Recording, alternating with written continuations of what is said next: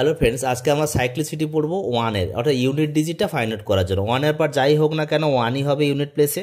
টুর দেখো, টুর পর 1 থেকে 4 অবধি দেখো 2 আসছে, 4 আসছে, 8 আর 6 আছে। আবার দেখো 5 থেকে 8 অবধি দেখো সেটাই আবার রিপিট হচ্ছে 2 4 8 6। তার মানে সাইকেল হচ্ছে আর এটা। কী কাজে লাগবে দেখো, এবার আমাদের ইউনিট প্লেস ফাইন্ড আউট করবো। দেখো 18 আছে, তাহলে এখানে এর টুর যে সাইকেলটা লিখে রাখি, এটাই হচ্ছে।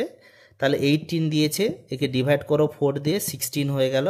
তাহলে 16 অবধি 6 অবধি ইউনিট হতো। তাহলে যেহেতু রিমেনিং 2 আছে, তার মানে আবার ব্যাক করবো এখানে 1 2, তাহলে 4 হয়ে যাবে এর হচ্ছে ইউনিট প্লেস। এটা হয়ে যাবে এর অ্যান্সার। বোঝা গেছে?